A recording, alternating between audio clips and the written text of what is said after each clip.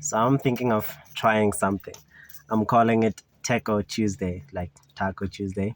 Um, it's funny. It's funny in my head. What I'm trying to do is to talk about certain technologies that exist in the world, even if it's the basic technologies that we see and probably take for granted, things that we use every day. I'm not even trying to be very technical or trying to introduce you to anything new. I'm just trying to, make people understand better the world around them. And I think to kick this off, I've decided to talk about something quite popular, something we all know, and that is the motor vehicle, the car, koloi, whatever it is that you call it. The first patented car was painted in 1885 by Carl Benz of Mercedes Benz. That was the first time we actually had something that is self-propelling, and that means that this thing has something in it that makes it move by itself. Whereas before that, you'd have carts that were drawn or pulled by horses, by cattle, or oxen, or whatever it is that you call it. Maybe some people even made other people, other human beings pull it, slavery and stuff. I guess maybe in the snowy areas of the North Pole, maybe they used to use some types of dogs there or whatever. But yeah, I'm going to talk about cars. I'm just going to talk about how the mechanism works. How is it that when you step on the accelerator things start to go around and you start moving forward or backwards, depending on what gear you have in? How does all that happen? You put the petrol in and then somehow that makes the car go. How does that all work? So let's start with the petrol, because I think that's the first input that has to be into a car. So you put the petrol in a petrol tank. Could be diesel as well. You put diesel in a diesel tank. You'd know this based on the car that you bought or car that you're looking at in particular. So the tank, we normally don't talk about how big the tank is. It's just a tank. It's normally dictated by the size of the car, the space that is available for the tank, and really the general mileage that the manufacturer decides they want the car to have. Normally, bigger cars, trucks, and such would have much bigger tanks because they need to travel a longer distance, and their fuel efficiency, they use up a lot of fuel when traveling, so they need to have a bigger reserve, or else have to stop every time to fuel up. Whereas smaller cars have smaller tanks, which can still take them the long distance because their engines are much smaller and they don't use up too much petrol, too much fuel rather. So they can go longer in using less fuel. So what you then have in the fuel tank is a fuel pump. This then pumps the fuel from the tank, which is normally located under the seats, under the back seats, that is, which is where I'm sitting today. Under the back seat, that's normally where you have the fuel tank. And then this fuel pump pumps the fuel from there towards the front of the car, which is normally where you have the engine located. There are a few cars that have their engines located in the rear. Some of them are mid-engined, and we're really playing fast and loose with the word mid here because it's really just above or just in front of the rear wheels, and then we say it's mid, and if it's behind the rear wheels, it's also very rare, and then we say it's rear engined. But that's very technical. That's not what I want to get into. Most cars that we know, most cars that people drive, have their engines all over in the front, and the fuel pump pumps the fuel all the way to the front. Now what that then does when it gets there is it ensures that the fuel gets into the cylinder. Now this is where the magic happens. So before the fuel gets into the cylinder, the way it is sprayed or inserted into the cylinder is by one of two options. It's either use a fuel injector or use a carburetor. So cars these days use fuel injectors. It's more electronic, it's more precise, it's more efficient. Whereas back in the days, they used to use carburetors. Now they work, if I'm not mistaken, using a mechanism called the Venturi effect, which speaks about, when you pull in air, there's a suction effect that happens, and then it sucks up the fuel and then throws in the fuel into the intake as well. But that's just another technicality that if you want to know more about, you can go and Google and go find out more about. I'm just gonna talk more, not really more, I'm just gonna mention a little bit about fuel injectors. What they do is they sort of spray in the amount of fuel into a cylinder based on the amount of gas, the amount of accelerator that you press, amount of by which you've depressed the accelerator. If you press it more, it sprays in more fuel. If you press it just a little bit, it sprays in a little bit of fuel. Now what that does is it affects the air fuel mixture. If there's more fuel, then there'll be a bigger explosion in the car. Don't be scared. An explosion is controlled, but our cars move through explosions. Without these explosions, they won't move. Now, what explosions am I talking about? Of course, now we're going to come to the cylinder. I've been mentioning this word a couple of times.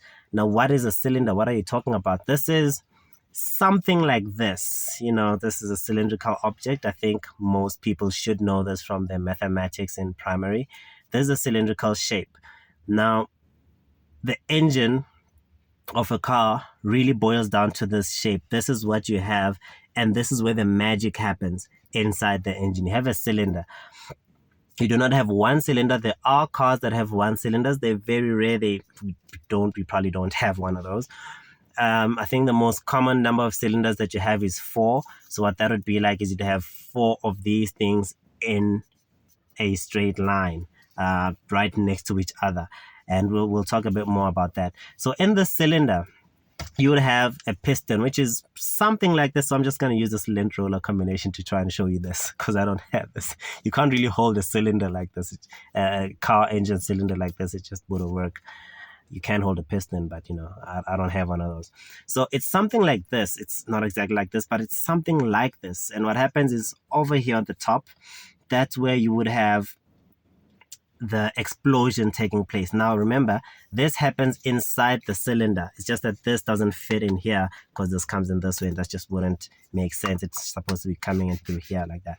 So you have this piston inside the cylinder, and what you have here on top is this is where you have the air and fuel mixture, and then you have the spark which makes the explosion and pushes this down. So you have the explosion here, and this then goes down. So imagine this is the cylinder, and this is inside the cylinder.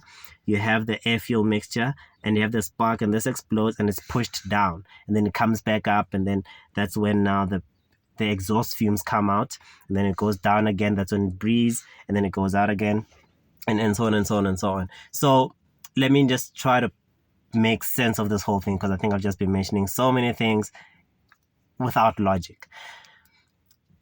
On top of the cylinder, you have a valve. Some of you might have heard about valves in a car. There are some cars where they've written at the back 16 valves, like it's a magical thing. What that is that valves, you can think of valves as like the nose and mouth of your cylinder or of your engine. These help with the breathing of the engine. So they lift up, so they normally like a fist like this, and they block the hole. Whereas, actually don't lift them up, you push them in, sorry. So they're like a fist like this. When you push them in, there's space through which air can get into the cylinder, which is where you have the combustion happening. That's sort of like a combustion chamber, they call it. So you have the air coming in, and then the injector sprays in the fuel. So now you have an air fuel mixture. You have a mixture of air and fuel. Remember, you need air in order for a fire to happen, and that is what makes your car move. So you have your engine, your piston going down. When it goes down, it opens up the space, but at the same time, the valves open up and allowing air to come in. So you have air coming in from your air intake, and you have fuel coming in from your fuel injector, and then the valve shuts up. And then you have your piston again going up, compressing that air fuel mixture, at which point then you have that spark. Then when you have that spark, that's what the spark plugs do. That spark causes the explosion. Now when the explosion happens, it expands. Now when this expands, because it can't go sideways, it pushes the piston down.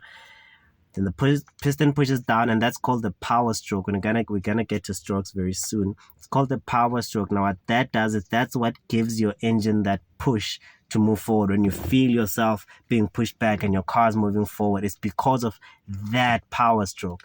And then after that, after all that explosion has taken place, this then pushes up again, and when it does that, different valve, the exhaust valves open up, and that is where this fumes, these, when there's smoke, there's fire. So after the smoke, after this fire, that explosion, there's gonna be smoke. So this is pushed out through those exhaust valves, and that goes into the exhaust.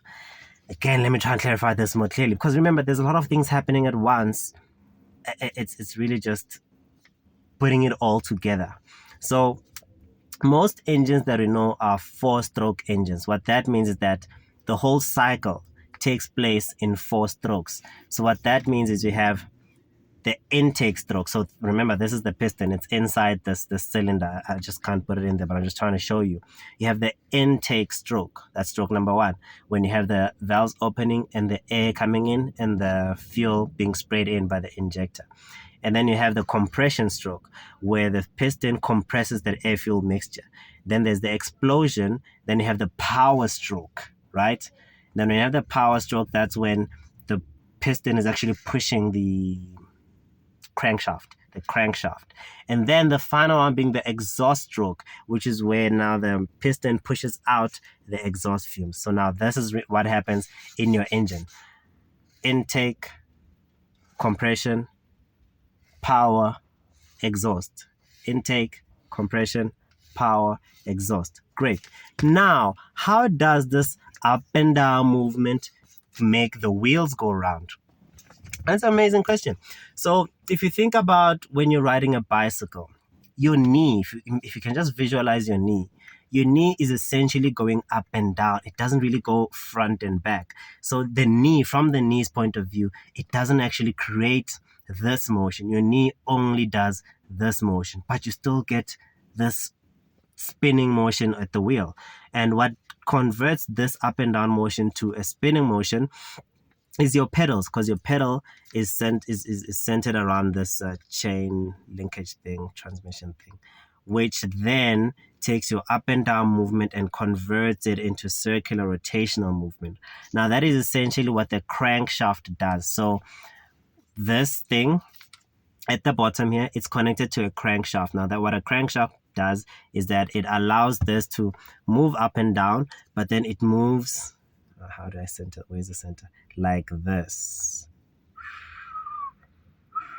Similar to how your foot is moving around your pedals. So that the sort of shape that you have on your pedals in the bicycle is the sort of shape that you have in the crankshaft of an engine. So when the piston is going up and down like this, that motion is being taken and made to rotate as the pistons are going through all those 4 strokes. And I think it's important for me to mention that since you have a number of cylinders, you have different strokes taking place at different times. So when one piston is going through its intake stage, one is probably going through maybe its exhaust stage, which is the final stage, which is the final stroke. And maybe another one is going through stroke number 3, and maybe another one is going through stroke number 2. They don't all happen at the same time. And that's what we call a firing sequence. They don't all fire at the same time. So the spark plugs are going to be lighting at like maybe 1, 3, 4, 2, 1, 3, 4, 2. Maybe that's how the manufacturer decided that particular engine should fire. But then that now ensures that they fill in the gaps where there's no, because when you have the power and then you have the other strokes happening, you aren't producing any power. So then your engine will sort of like go and then slow down, go and then slow down, go and then slow down. But now in order to ensure that you're continuously going, these power strokes come at different times. So that after this one is giving you power, then this one gives you power, then this one gives you power, then this one gives you power. But remember, this happens at a very high speed. It happens very quickly. So it's just like pop, pop, pop, pop, pop, pop. If you try to listen to an engine, it's like that is a lot of explosions and breathing that your engine is doing a lot of times per second, per minute. It just, a lot of it happens. It's just very difficult for your mind to comprehend, but that is essentially what is happening. So then now you're at the crankshaft and you've got the spinning motion that you want. Also, to ensure that you don't have this jerking type of motion where there's the gaps between the firing, you also have a flywheel on the crankshaft that smooths out the motion so that you have a smooth ride. You don't have a jerky motion. So like if you've noticed, which you probably have not, when you're riding a bicycle, your left foot goes in, okay, left is this side, your left foot goes in and you sort of have the propulsion and then you don't really have it when like your feet are, one is at the top and one is at the bottom, and then you have propulsion again, and then you have propulsion again. You don't want to have that sort of motion in a car. So the flywheel ensures that the power and the non-power is smoothed out, so that you just have a feeling of constant power taking place. Now you have your rotation at your crankshaft. How does that then go and turn the wheels?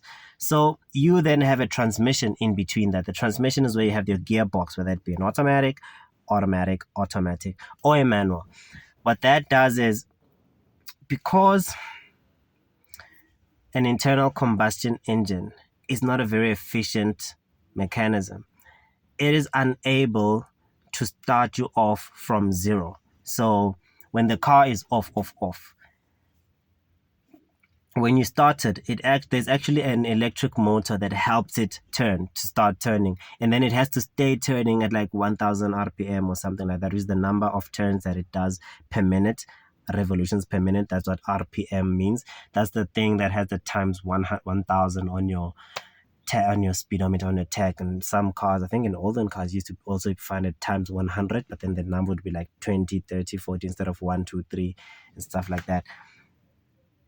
At very low RPM, your engine is pretty much useless. It doesn't have enough power to stay rotating because it needs that momentum and just needs to keep that momentum, but it's not able to start off from zero. Again, remember, because you have this up and down movement, it is very hard for this to just start going down or going up by itself. It needed to be happening so that you are able to take advantage of the motion to accommodate those 4 strokes. Without them, you can't really just have an explosion and have something move down and then everything is happening. You would need external forces to help start the movement and then help it go. So because the engine is very inefficient at varying speeds, we then had to include a transmission in between. That helps with controlling the engine speed, the vehicle speed with regard to the engine speed. So the engine will go from 0 to maybe 5 to 6,000 RPM.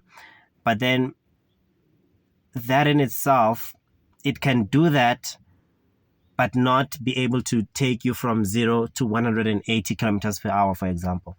So it can only take you to a certain certain speed if you're using one gear. And if it can take you to a higher speed, then it cannot actually take you from 0 because it does not have the power to take you from 0. Either it does not have the power to take you from 0, or it does not have the torque, the speed. It either does not have the torque to take you from 0, or it does not have the power to maintain your speed at a higher end. So you need a transmission for that, so that you have many gears. Again, I'm going to take you back to a bicycle where at the back you have those small gear and then they grow bigger. The bigger one is what helps you go from takeoff. It's what helps you go up a hill. It's what helps you do the more difficult stuff. Now that essentially is like the first gear in your car. You can take off uphill, you can take off downhill with the first gear because that's the bigger gear. It gives you more of a lever arm, which is something more complicated. I'm not going to go into now. It gives you more of a lever arm, which allows you to use more torque to be able to lift off from first gear, from a standstill. And then the smallest one, you try in a bicycle with little movement, you have more speed. And that is what happens when you're in 5th, 6th, or 7th gear, depending on the number of gears your car has. You're able to go all the way to the higher speeds with that higher gear. But if you go down to a lower speed at that higher gear, it's going to struggle because remember, like I said before, your engine does not have enough power at very low RPMs. And then that would mean that you're taking your engine to low RPMs and it's going to struggle. This part does get a little bit technical, but essentially you just need a gearbox to be able to help manage your power so that you can send it to the wheel so that your engine is able to take you, to propel you forward. So again, you have the crankshaft going to the transmission where you then select the gears, and then that now transfers that circular motion to the wheels, either via a prop shaft which goes to the back, and then there's a differential, which then divides whatever rotational moment is coming towards it. It divides it into rotational motion going to the wheels. And it also ensures that the wheels are able to rotate at different speeds. So when you're cornering, if you're cornering this way, this wheel is traveling at a lower speed than this wheel, one, because this one has to cover the whole outside of the circle, whereas this one covers the inside of the circle. So that's what the differential helps you do. It helps you separate the power left and right. But in a lot of cars, which are the most cars on the road, they are front wheel drive, and you don't have the traditional type of differential that you have there. You have something that works it slightly differently, but essentially that's what it is. That there's the crankshaft, the transmission, which helps with the gearing, and then that takes it on to the prop shaft that is going to take it to the wheels. And that is how you have motion of your car. It's not the best explanation of it, it's just a general explanation of it. Essentially, you put in the fuel, it's pumped into the engine, it's injected into the cylinder, where the piston then does the up and down thing and rotates the crankshaft, which goes into the transmission, and then that translates the power, and then that goes into your wheels, and you go and you have motion. And that is essentially how these things that we drive every day work. That is pretty much how they work. I guess a few interesting just interesting things about cars. The smallest car engine that I was able to find out about was a 49cc engine. Now, what that means is that, so you can think about this as like a can, right? If you think about a can of cold drink that you drink, you find these are like 300 milliliters or something. In the car world, they'll call that 300cc. So if I'm saying that there's one that is 49cc, that means it's like 49 milliliters essentially. So in a car engine, when you have these 4 pistons, like I said earlier, what you would have is then, so for example, someone drives a 1.4 engine car. That is most likely to have that is most likely to be a 4-cylinder engine. That means it has 4 of these. But then these would each be 400 milliliters. So 400, 400, 400, 400, giving you a total of, actually that gives you 1.6. That is not 1.4. That is very embarrassing. Let's just work with 1.6 because I've already done that calculation in my mind. So you have a 400 milliliter thingamabob cylinder, and that 4 of those will give you 1.6. So when they say your car is a 1.6, that means you have 4 cylinders, each having 400 milliliter capacity. I've seen some 1.5 liter 3-cylinder engines. That means that each one of these is like 500 milliliters. So it's quite big, 500 milliliters, and then you have 3 of them. So that means you have 3 of these and 500 milliliters each. Then you have a 1.5 liter engine. If you have a 1.2 liter engine, you have 4 of these. Well, 1.2 liter engine, 3-cylinder. You have 4 of these, and these will each be 300 milliliters, and then they will give you 1.2. So it's 1200 cc. And that's essentially how that happens. And if it's a 4 liter V8, for example, then you have this 4 cylinders, and these 4 cylinders mated together. Let me rather show it like this. Sorry, it's like this. So here where they come together, that's where you'll have the crankshaft. They are all driving this crankshaft to give that rotation. And if it's a 4 liter V8, for example, that would mean that you have 8 cylinders shaped in a V like this, and the total capacity of them gives you 4 liters. And since they're 8, you'd assume that, well, you can guess that each cylinder is 500 milliliters in size. So you have 8 of these guys that are 500 milliliters each. So 8 of them give you 4 liters. And that's when you say you have a 4 liter V8. And it goes big. You get like 13 liters in trucks, or even 16 or whatever number of liters. They grow really big. You also get V6s, which have 6 cylinders, also in a V, but you also get straight 6s, which has 6 cylinders, but in a straight line. Just like I said, you have the 4-cylinder. You can have 2 more of those, and you'll have a straight 6, and you can get like a 3 liter straight 6, and so on and so on, 3 liter V6. You also have a V5, but those are very rare. I only know of one of those. So it's like they have 3 on this side and 2 on the other side. So they just meet there like that, which is a bit weird, but they do that. And you also have 1-cylinder engines. Amazingly, this 49cc engine I'm talking about is a 1-cylinder engine. That's all it is. Very weird. but it's a very small car. It's a very weird car. And I think that's about it. That's about all the information I have about cars and how they work. This was very long. I did not expect it to be that way. But I hope Techo Tuesdays catches on. I like that. I hope that we can talk about other technologies that are sort of trivial, but we take for granted, but essentially help us deal with our day to day lives and help us get through everything. And I think it'd just be better if we could just understand these better and just enlighten our minds. Nothing wrong with that.